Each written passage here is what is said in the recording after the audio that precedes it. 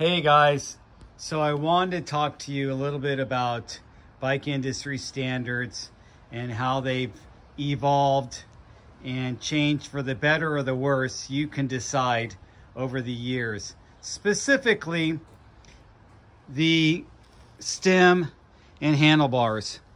The stem clamp size on this bar is 31/8 and the diameter of this bar is 31/8. And as you guys know, when you get into cycling, you are going to be switching out parts. You buy a bike stock and you might want to upgrade to carbon bars like I did with this one. Or you might want to use that stem that you had on the previous bike because it's a different length or it's a name brand you wanted. I really liked this Renthal dual stem because it was a unique design and I wanted to keep using it. So when I built up this Hayduke, I thought, well, I want this Hayduke to be able to use a lot of my old parts. And that's one of the reasons why I chose Esker to buy a frame from and then build it up from scratch. So I want to show you a couple of things that I had before. First, I built it up with that Renthal Fatbar Lite aluminum bar, and then I switched it over to the carbon. And one of the reasons that it was easy to do because I kept with that 31/8. I didn't switch it to the 35mm. I didn't really see a reason for that. And then the other advantage of keeping with 31/8, here's an old stem, and I think I originally had this stem on another bike, but that's 70mm length. I really don't use 70mm length stems on my mountain bikes anymore, but that would be applicable to my gravel bikes. I would use a 70mm stem on a newer gravel bike build. And now that mountain stem is compatible with my gravel handlebars, and there's some gravel handlebars that I just happen to have extra as I go through and change things up and size my bike better for me and kind of get used to it.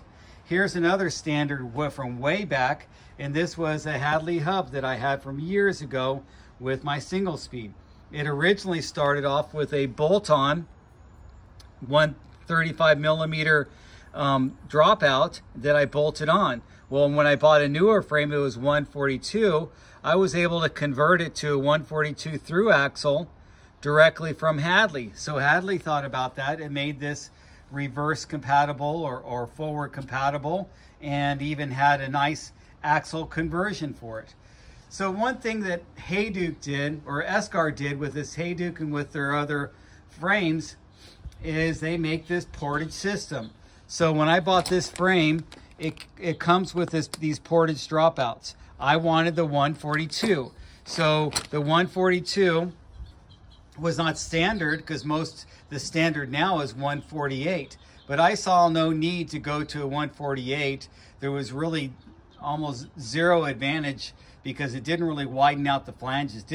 Doesn't make a stronger wheel.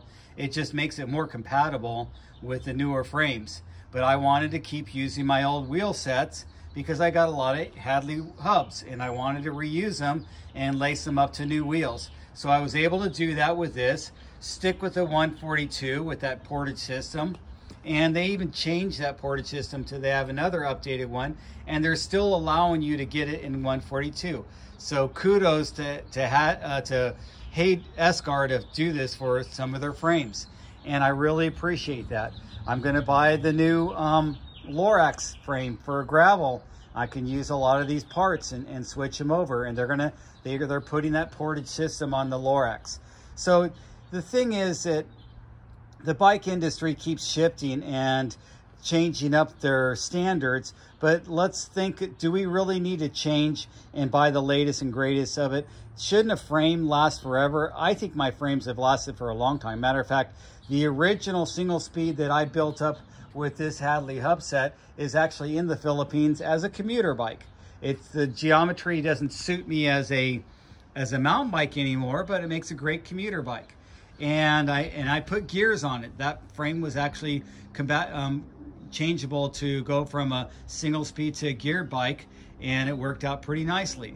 This bike can go from a single speed to a geared bike, and also have different dropout widths. So that's kind of nice what Hadley did with this, or I keep saying Hadley, but with what Esker did with this, and Hadley was doing a long time ago with their hubs. So I just wanted to point that out, that you know, don't let people think that you need to buy the latest and greatest because everybody else is running it. There's still a lot of companies making some of the older standards, and they still do the reverse compatibility or the forward compatibility. And actually, I really like 31.8 bars. I feel that they give me a little bit more flex and compliance feeling. And so they're especially nice on my rigid single speed, and you guys have seen that bike.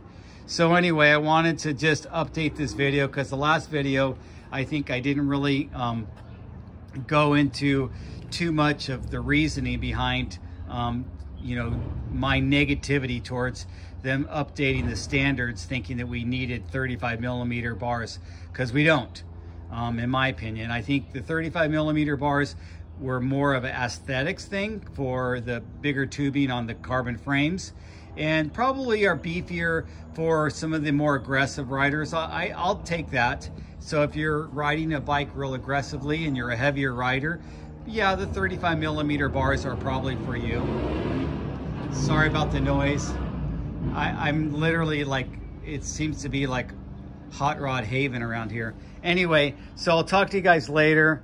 Get out there and ride your bike, and thanks for watching my channel, and give me a thumbs up and subscribe if you want. Thanks.